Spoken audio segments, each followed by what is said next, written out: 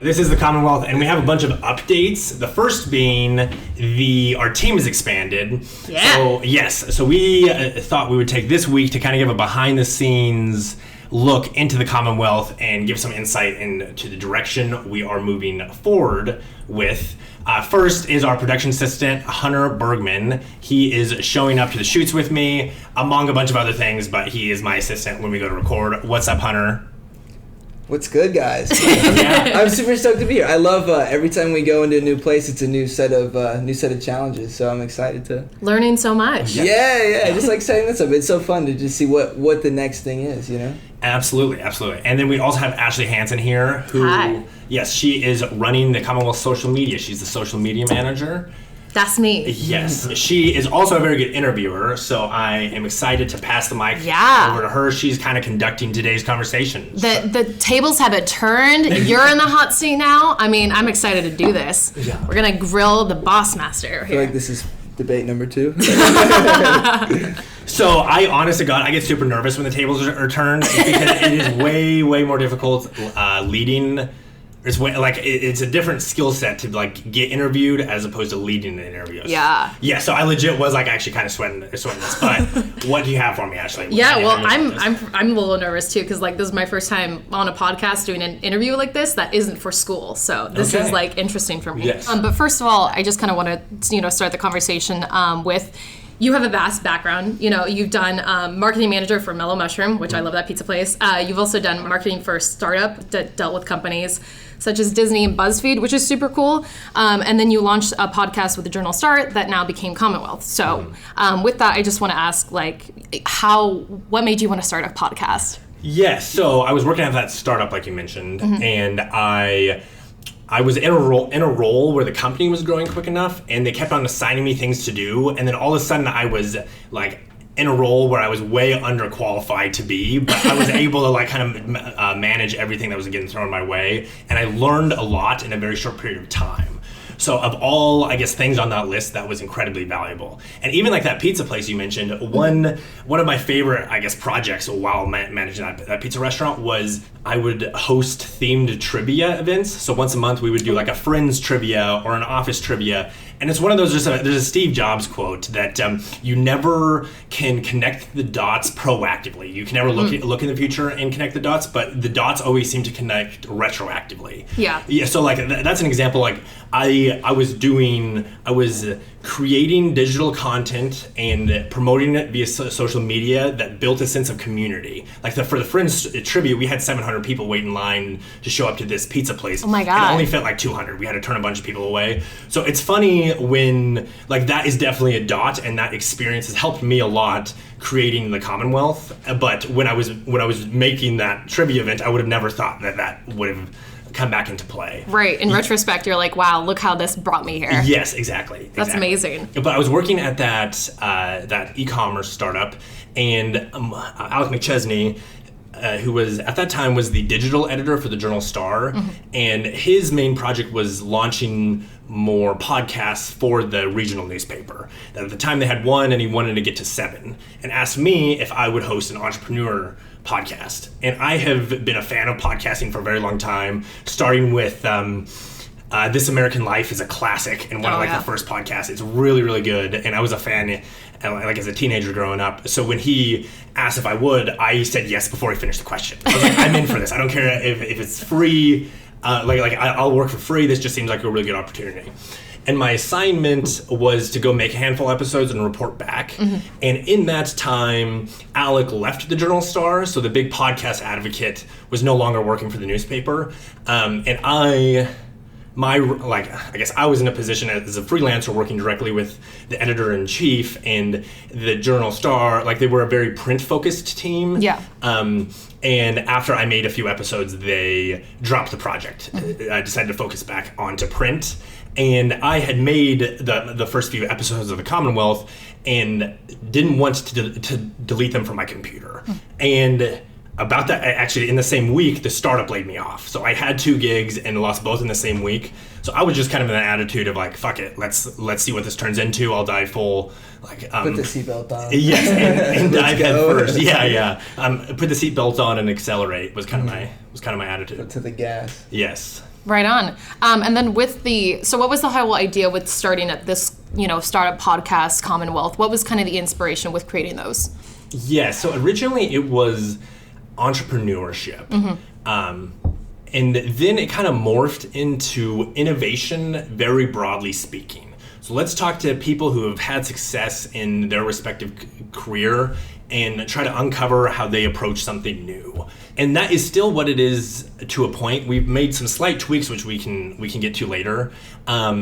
But as far as inspiration, were you thinking like the type of shows I was inspired by? Yeah, just like the topic itself, because it's a very, interesting topic, which is focusing on entrepreneurs, all that kind of stuff. So I'm just curious as to what was the driving factor with that being the theme? Yes, and I guess I've heard this advice recently that resonated with me.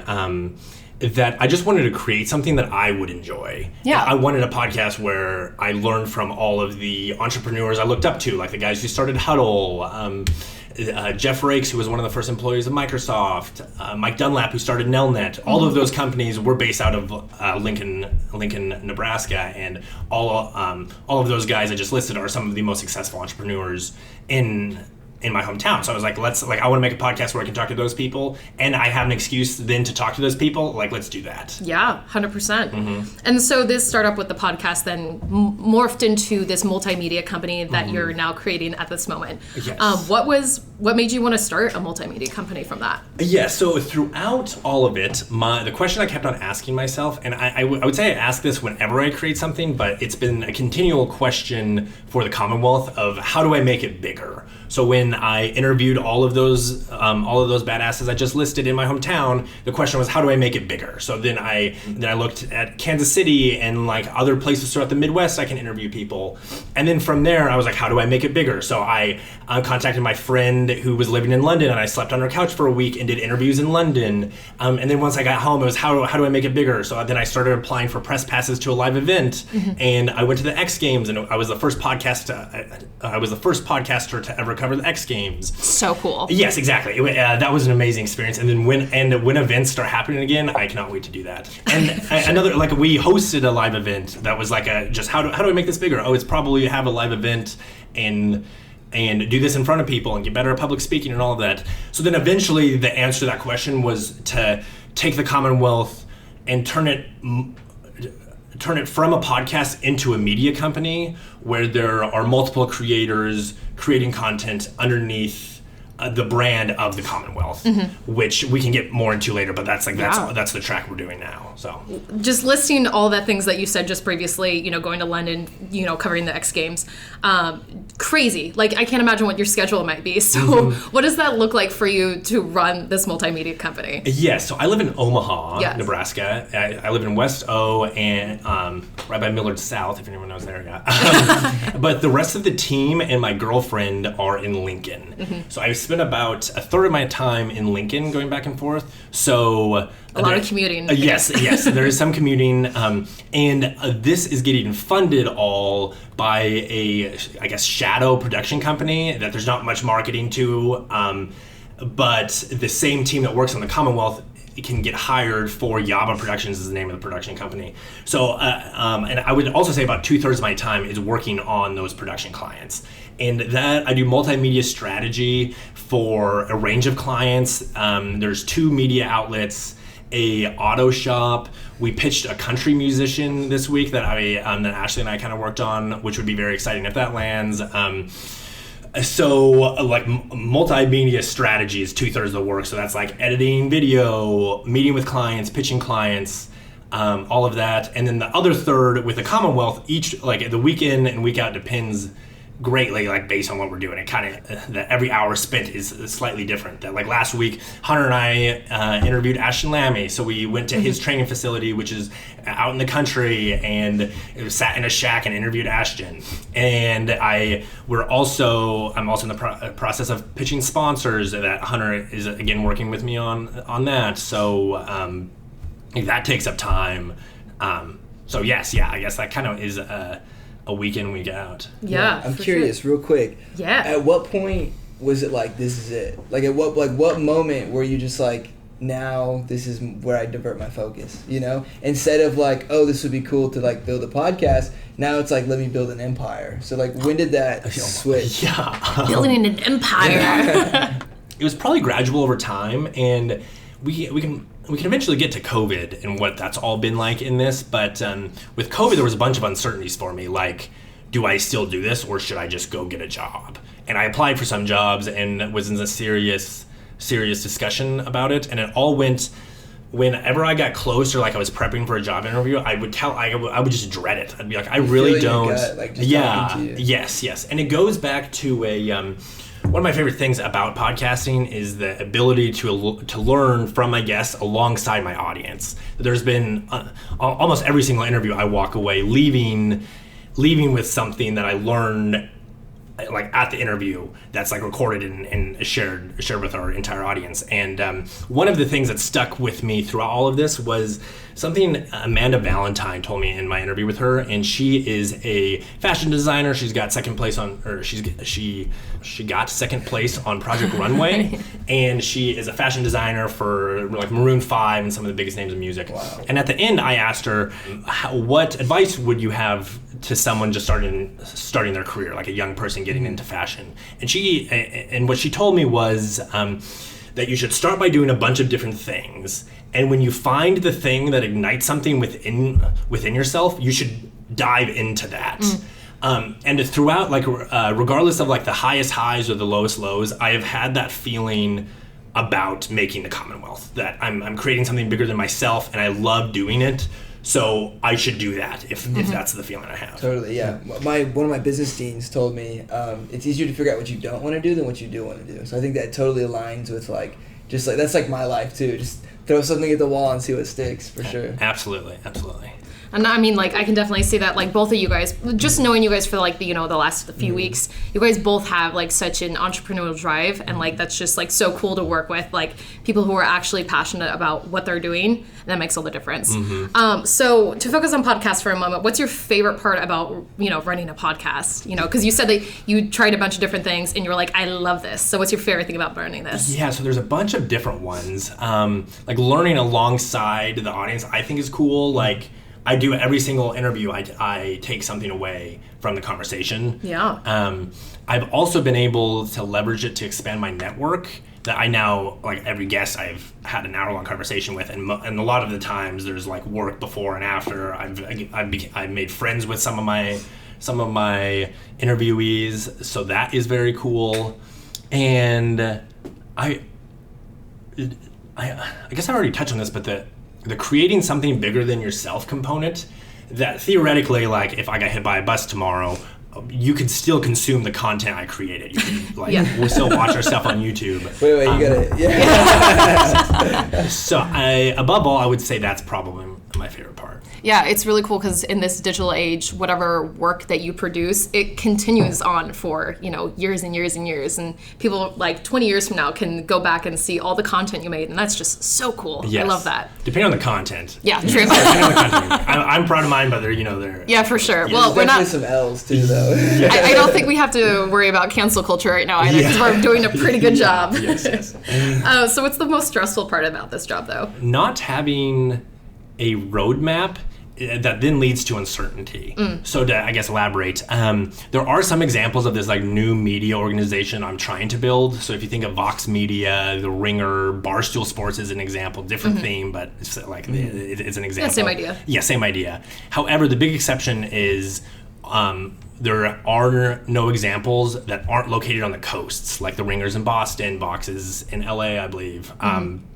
So I really don't have any roadmap, or like I don't know what to focus on. So every decision I make, I have to, I guess, validate the decision based on, like, time and reflection. So there's just a bunch of uncertainty when I make a decision, like bringing on a team, like do I have the cash flow, and I have to make sure I have it. I have to make sure I can pay someone before bringing them on. But, like, when do you know, like, when does that all align to make that decision? And for both of you too, I can confidently be like, all right, this is this is when. But that's just one example, and almost all decisions are like that, where you just have to make the decision, move forward, and hope it's the right decision. What happens if you make a bad decision? So you live and learn, and you acknowledge why it was a bad decision, and try to really uncover why it was a bad decision, and try not to make it again. That's why I was on a call today. One of those strategy clients for the production company is a media company, like a newspaper. It's like a tech news blog, and we did an interview. I'm co-hosting a podcast. It's called the Ecosystem Builders Podcast, and it launches in about 6 weeks. But my co-host had an interview where the equipment malfunctioned, and she was like, all right, so like here's the solution to the fact that the equipment malfunctioned. But then my follow-up question was why did the equipment malfunction? Because we should make sure that it doesn't happen again. So just like that same process for any failure of like let's 5 levels of why. Yes. Like, why did that happen? Yes. But why did that happen? Yes. Like let's make sure we know why it happened, so we know not to make that again. Do you have like a mentor that is helping you understand, the roadmap to this quest? Yeah, a bunch of different ones. So a whole bunch of different ones. So like John Rood was the senior vice president of Disney. We have interviewed him on the show, and he's actually one of the few guests to get featured twice. And through the interview, both times I've talked to him, he spent a lot of time after just like giving me advice. Nice. Tom Chapman recently, who is funding that tech news blog called Mug.News, I had an hour-long conversation with him earlier this week of like, how do I structure all of this? Like the whole production company and then the media company, what's the legal structure behind it all? And he gave me very good advice. My dad is like very business savvy, and he is a good one. And even so, like I have mentors like my dad that I talk to like on a very regular basis. Like I just sent a contract this morning for a potential sponsor. More on that later. I will announce it once the contract's signed. But so he's the type of mentor that I can text back and forth. But then other people like Dusty Davidson is someone we featured on the show, and he founded Flywheel, which is a WordPress hosting site out of Omaha.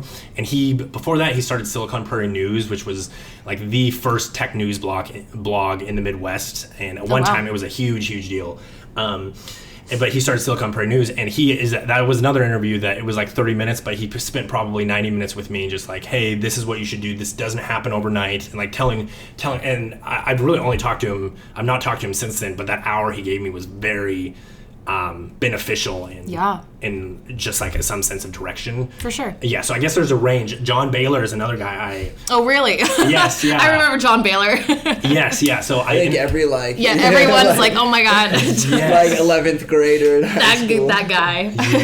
Yes, yeah. He's another dude. Like he knows media. He's the voice of the Nebraska volleybal team, and then also he's an ACT prep coach. Yes. Which is how these two know him. Yeah, for sure. Yes. Fortunately. Yes. Just got like hit with a bunch of memories that I forgot were locked in my brain from like John Baylor's ACT prepped classes. Yeah. All good feelings. Right, dude. Yeah. And like he's another guy I shot a note to this morning, and he provided me like there was someone very specific I'm trying to interview for the show. And I was like, hey John, if you were me, how would you do this? And he gave me like 4 steps that like I have a phone call to make tomorrow, and he said I could name drop him. So like that's another guy. It's not like he may not even think of me as mentoring, but the quick note of guidance is very helpful. For sure.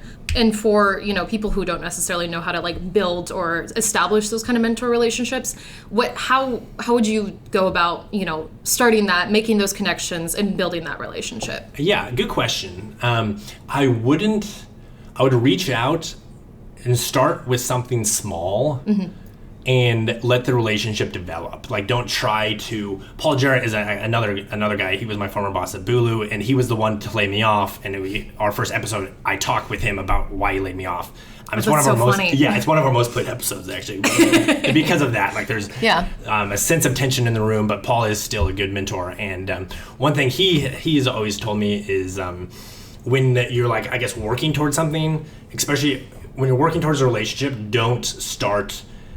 Like, I guess, just like look to do the next step. So for example, if you were like trying to date someone, don't go up to them randomly and say, hey, will you be my girlfriend? No, your goal is to get a coffee with them. Like, you just want to do like the next small step with a long-term like goal in mind. So if you want someone to be a mentor, just hit them up for a very small favor, but have that be a tangible, like, hey, I know your experience like will be beneficial in the thing I'm doing. Will you like respond to this LinkedIn question? And then from there, like, just let it grow. The thing I guess I would stay away from is the whole like, hey, can we have like can I talk to you for an hour to pick your brain? That is not necessary. Like, that's not a tangible thing to. Yes. Just because it's obscure. Yes, it's obscure. Like, what are you? You want me to spend an hour to pick my brain? Like, what are you gonna pick my brain on? Be specific, right? Be specific. Yeah. I think always like providing value too. Like, rule number one for myself and like my help advise the student startup club, but it's like rule number one is reciprocity. Like, do not take something if you do not give something back. Absolutely. Right? Absolutely. I love that, for sure. So, we just spent like a few minutes prepping for this podcast, but do you want to explain kind of what that kind of looks like, both of you, since you guys were the ones that did all the setup here? Yeah. So most of my guests I don't know beforehand. So I spend hours researching, and depending on the guest, I consume all of the content that there is about them. So like a lot of news articles. If they've been on other podcasts, I try to listen to them. Sometimes, depending on the person, we may be one of the first people like creating content with them. So like, I guess that time commitment like goes accordingly. So that would be, and then I like think of questions while researching of just like, oh, I want to talk to them about this, or like they have a unique perspective on why, or whatever. And then we roll up, and we don't have a studio, so each play, like we go to the guests, and to me that gives like a well-rounded and authentic view of the person. The fact that like Ash and Lammy last week, we interviewed in a shack looking thing, or which shed. I thought was like a super cool setup. Yes, Like, I think that's like, when you go into a place, it's like you have no idea what to expect, which is a good thing and a bad thing at the same time, because like if you don't have like an extension or like some sort of outlet, if you need a light or something, right? Like, that can be dangerous. Or even a light. Like Ashton had lighting there, but he had these lightings that we could rearrange. But if he didn't have those lights, the lighting would have been tough. Yeah. So that is like, there's not knowing what to expect is tough as a hunter, and like I'm happy Hunter is with me now, helping with all that. Helping with all of it, because there's that Al Maxey was a really cool interview we did. He was the bodyguard for Martin Luther King. Interesting. And then he almost played professional sports, and Anyway, very cool guy. Go listen to the interview. But I didn't have a production assistant then, so the video I chopped off my head. I didn't frame myself correctly in the video camera, and that just sucks. Like, because you show up every time place it's different. You try and there is a sense of urgency because they're waiting for you. Yeah. And especially not being able to keeping the dialogue beforehand is so important to me, because like as somebody who just has been on a podcast, or like has never been on a podcast, like has a lot of anxiety probably about it, or like, and just like make them feel comfortable too. If you're setting things up and like you have like lights and stuff on them, like if you got the whole setup, they're gonna be like really nervous, like deer in the headlights. Making them feel comfortable, I think, is extremely important. And we've had to kind of get on the same page of like, you want to keep that dialogue and make it comfortable and like talk about something, but you can't talk about anything you're about to talk about, because if you talk about like, then it'll sound like you just talked about it if you just talked about it. So like talking about like the weather or just like kind of random bullshit like that is our goal. Yeah, what does the setup look like on your end, with filming and everything? Yeah, it's one of definitely like, even like being over here, I have slight anxiety because I can't see like all the angles, and especially like the other camera, away from me. I love it though, because it's like, it's a way to tell a story, right? At the end of the day, you're telling a story, and people want to buy into your story, right? And so like, especially like we have 3 cameras and we've got 2 mics. Usually now we have 3 mics, but you put one on one person, one on the other person, and then we have like an outside cam where you can kind of see everything. Of course, there's like editing things where like, if you have multiple cameras, you can slice it. So like, if there's a mess up or something, you can, transition nicely. But I think the 3 cameras also tells a story. It keeps somebody engaged. It, like, flicks to somebody talking, and then it flicks to like the wide shot of everybody laughing, you know, and like there's something so beautiful, even that like slight transition to a different setting like takes you through the story, you know? For sure. Yeah, I love that. I mean, that's exactly what this whole podcast is based on, is telling other people's stories. So hell yeah. So kind of to switch gears here, we briefly mentioned that like COVID has, you know, affected a little bit of the company. So how have you been able to adjust, you know, with COVID and the motivation to keep going with COVID? Yes, yeah. So to the to flash back in time, in November we hosted we hosted a live podcast recording. It was at the Foundry. The first 20 minutes was a town hall with a local politician, Senator Hannah Wishart, and it was followed by a interview with a marketing entrepreneur, Ali Schwanke, and a bunch of people showed up. We filled the Foundry. We filled the coffee shop it was in, and I saw that success. And my path to make money was to host these live events. Like, let's just do a bunch of these and sell sponsors at the live event. And I was planning about 3. The first big one was going to be April 30th. And it was that exact format with a politician and a interview. And the politician, to like most people in the Midwest, you would for sure know who it is. I hope to do work with him again, so I don't want to be like name dropping. But it was on April 30th was the date. And when COVID hit, we of course had to cancel. And COVID has disrupted a lot of people's lives.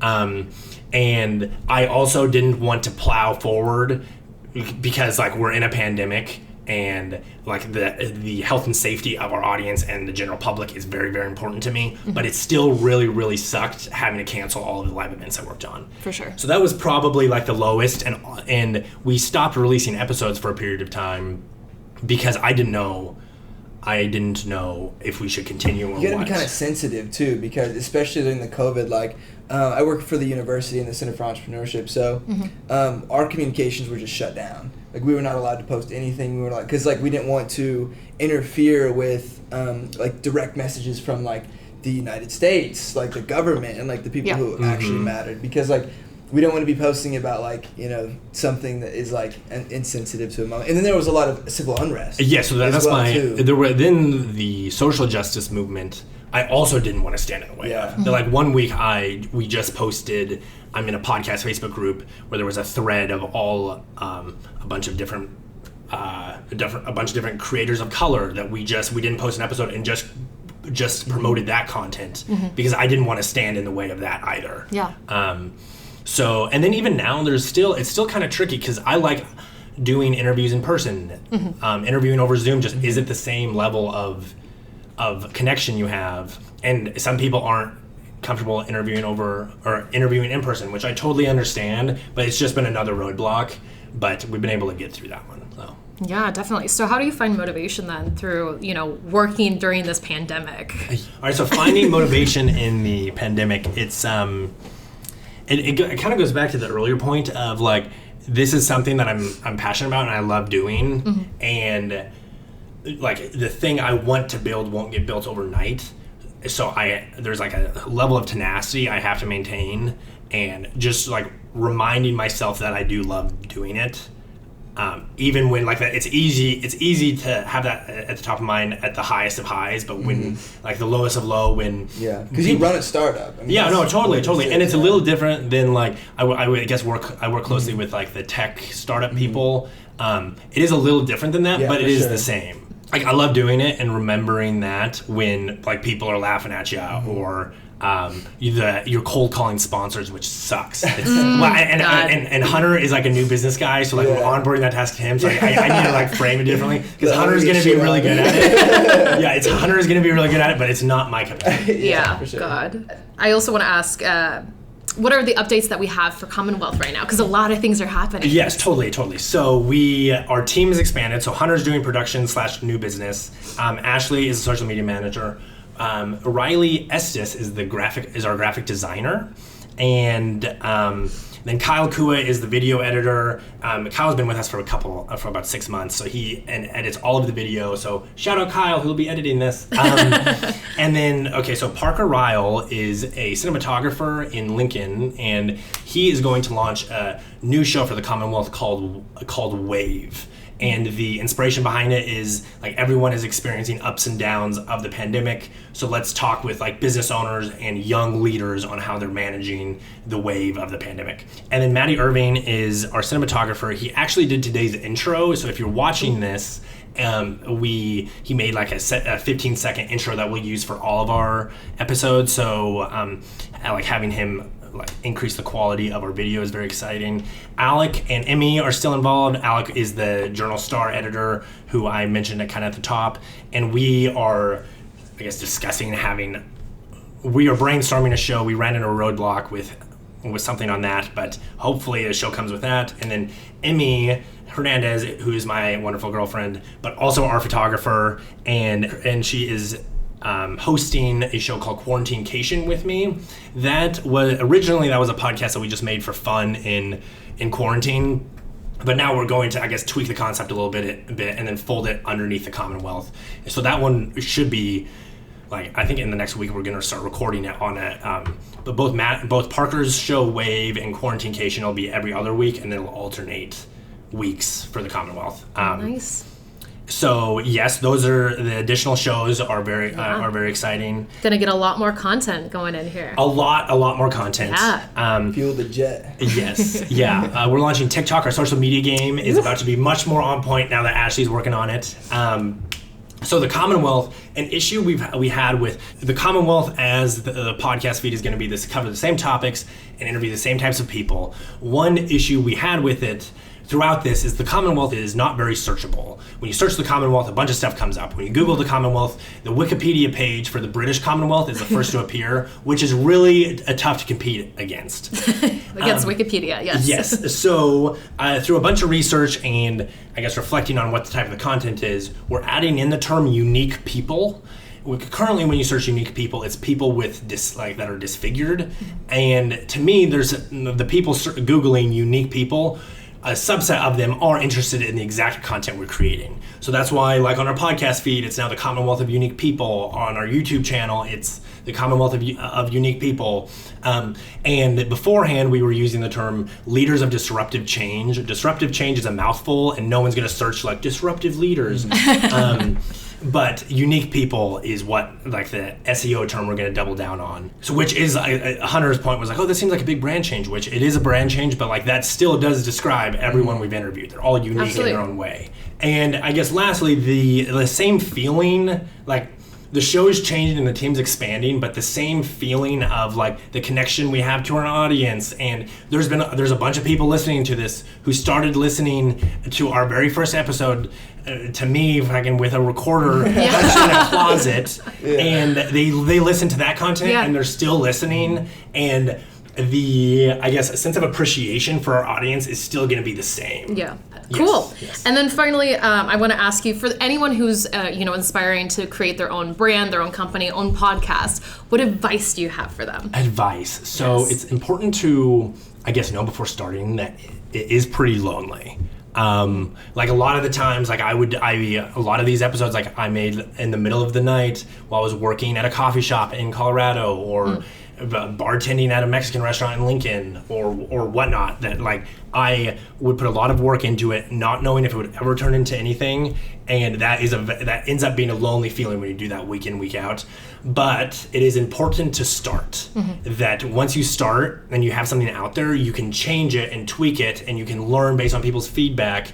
I talk to a lot of people who think that if they read another book or watch more YouTube videos on whatever topic before starting, whatever the first product is going to be better. But the best way to make a good product is to put it out there and get feedback and tweak it accordingly. Awesome. Thank you, everyone. Yeah, definitely. Thanks for letting me put you in the hot seat. Yes. Follow me on Instagram at the Commonwealth Media. The Commonwealth is edited by Kyle Kua, directed by Alec McChesney, and produced in partnership with KZUM Radio. Special thanks to Emmy Hernandez and Isabel Cheeseman for creative guidance. That is it for today's episode. Thanks for being a member of the Commonwealth. If you enjoyed this conversation, please tap the share button and send it out to your friends and family. We would also love if you leave a review in the Apple Podcast app. If you're interested in helping us grow this community, please go invite your friends to like us on our Facebook page. Search the Commonwealth on Facebook and tap the profile with the same logo as ours. When you go to the community section of our page, there is an option to invite friends. Please also tap subscribe to stay updated when new episodes drop.